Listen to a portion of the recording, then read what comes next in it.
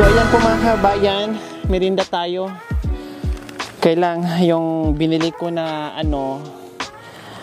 banana Q, isa na lang to mga kabayan, 5 ang binili. So isa na lang natira.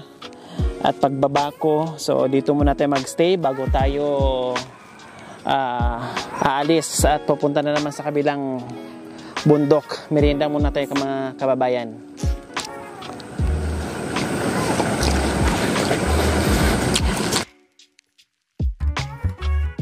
Kain tayo.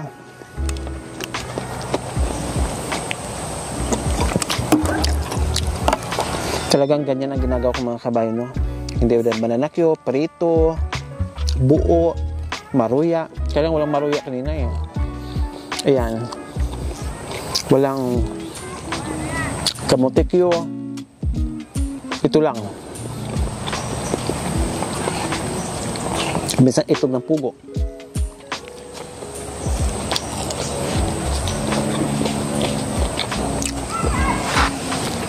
Ay, ano? Hello!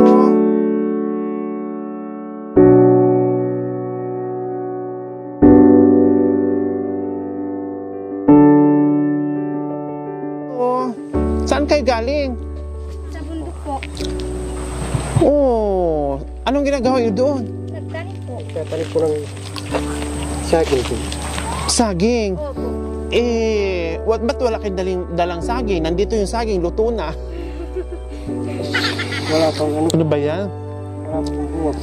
Pasensya na, hindi ko kayo maalok ha.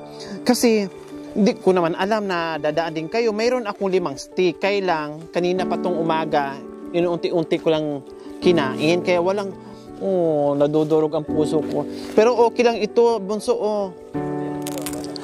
Kahit ito na lang, ito na lang. Kung alam ko lang, ibigay ko na sa'yo. Hindi ko na ito kakainin kahit gutom ako. Nakakakain na rin yung isa? Ay, hindi pa. Pasensya na kayo ha. Hindi ko kayo mabigyan kasi wala na, kung meron lang. Diyos ko, why not? Kasi hindi na ako kakain, ibigay ko sa inyo. Sige, upo muna kayo. Mukhang pagod kayo. Dali, upo na lang muna kayo. Pwede ba munang magkwentuhan tayo bago kayo uuwi? O, sige, dito. Diyos ko, galing sila doon, Galing sila doon. Tapos, nagulat naman ako, biglang may dumaan dyan. No, tamang-tama, ang sarap sana ng upo ko dito sa pagmimerienda. Galing po pala sila ng bundok dahil nagtatanim ng saging. Anong pangalan mo, ate? Lenny po. Si Lenny. Ilang taon ka na, ate Lenny? 20 po. 20. Si kuya, anong pangalan? Marcy po. Marcy. Ilang taon na kayo, kuya Marcy? 33. Ha? 33. 33 years old. Diyos ko, nandito pala si Lenny Robredo at saka si Marojas. Ay, dalawa ang anak nyo. Uy, kawawa naman yung baby. Tatlo po, namatay yung isa po. Namatay? Opo, yung panganay Bakit? namin. Opo. Tapos ito yung sumunod. Opo. Babae. Babae Kasi po. nakatirintas dito Tapos ito pangatlo. Opo. Kawawa naman, naglalakad. Kaya din niya maglakad? Naglalakad po yan. Pag nagrereklamo, binubuhat na din. Opo. Oh, Diyos ko mga kabayan, no? Sobrang, ewan ko ba, lalong, habang tumatagal ako dito, lalong lumalapit yung aking puso sa mga tulad nila, no? Kasi alam niyo kung bakit mga kabayan, ito yung mga klaseng tao na kahit gaano kahirap yung gawain sa bundok, kahit gaano kalayo, nakita ko naman, nasaksihan ko dito yung buhay nila sa kabundukan, kung gaano kalayo, kung gaano kahirap, no? Kaya lalong napapalapit yung puso ko sa mga tulad nila na hindi nila iniinda yung init, yung pagod, yung bigat. Lahat ay talagang hinaharap nila para lang talaga sa mga anak nila meron silang mapakain. Tulad ngayon, nakita naman natin yung sitwasyon nila mga kabayan. Diba? Nasaan na yung kalakal nyo? May dala ba kayong... May dala po kami pero nandun na po. Nakuha na ng buyer? Opo. Nabayaran na kayo? Hindi pa Hindi po. pa. Bakit hindi pa nabayaran? Doon po daw babayaran. So uuwi mo na, ay pupunta muna kayo doon bago bigyan ng pangbayad. Opo. Mga magkano kaya yung ano nyo, Kuya Marcy? 400. 400? Pagbili ng, Isang sako po yun, 400 lang po. pagbili ng bigas. Ano pang ibang pananim nyo doon, Kuya Marcy? Iba-iba po. Meron po yung Kalabasa po, tapos sitaw. sitaw. Bukas may paninda pa kayo ulit? Wala po. Wala na. So yung 400, siyempre bukas, hindi naman araw-araw na meron kayong paninda.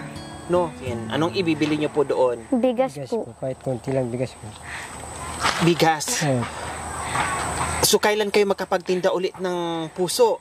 Baka sa susunod lang po ng ano po, sa Sabado pa lang po siguro. O matagal pa yung ilang araw pa bago magsabado. So Opo. budgetin mo na yung 400. Opo, Kahit- kinukunti-kunti lang po yung bigas po. Pag kunti lang po yung bigas namin. No.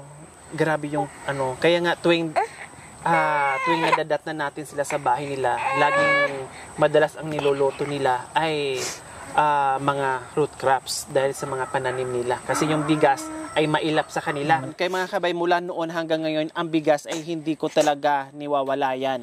No? Lalong-lalo na sa sitwasyon dito ng mga aitas natin, ng mga kababayan nating aitas, na talagang salat sila sa bigas. No?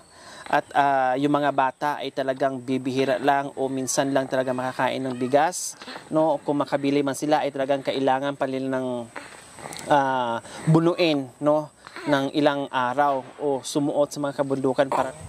So ayan po mga kabayan, napansin ko lang yung mga kamay ni Kuya. Pakiganyan nga Kuya, yung mga kamay nyo po.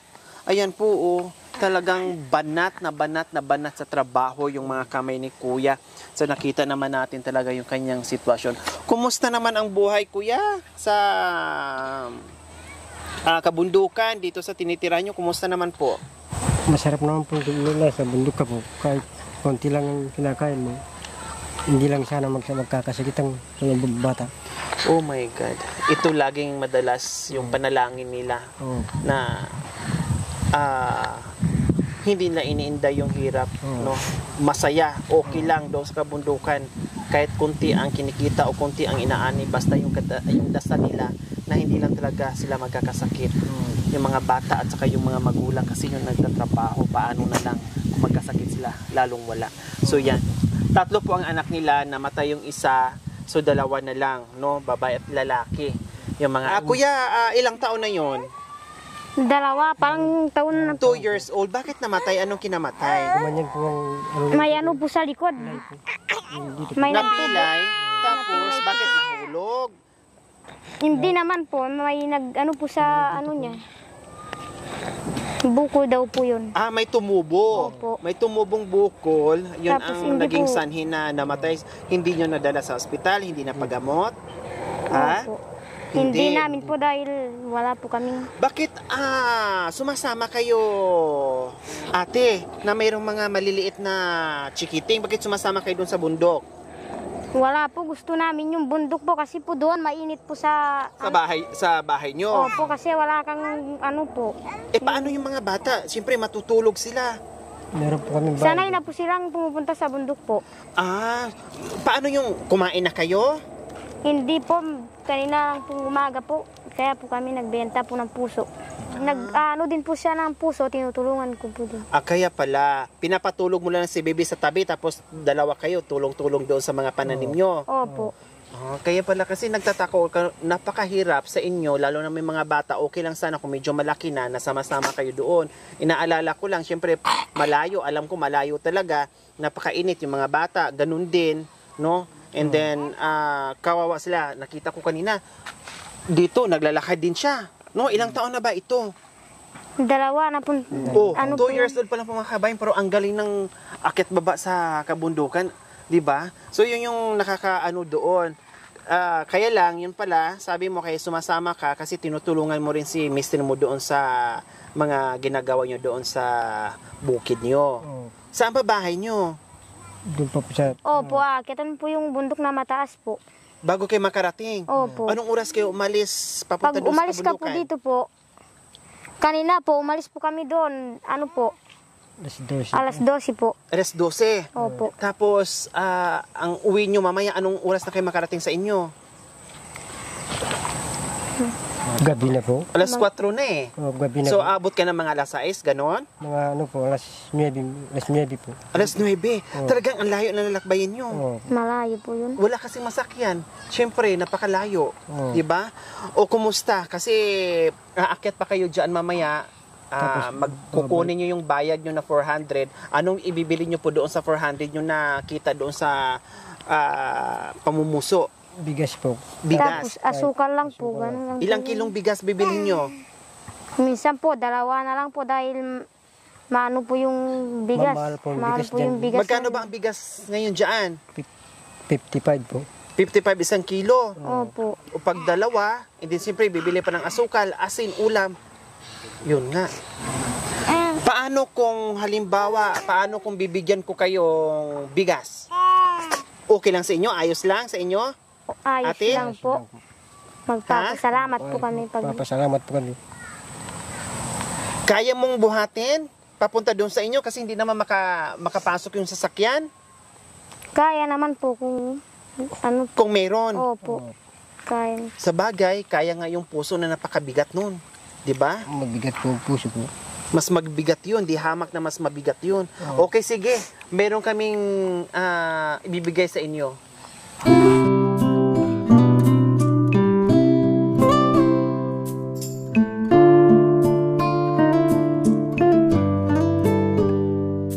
Po, salamat po. Salamat po. Kasi maraming salamat po.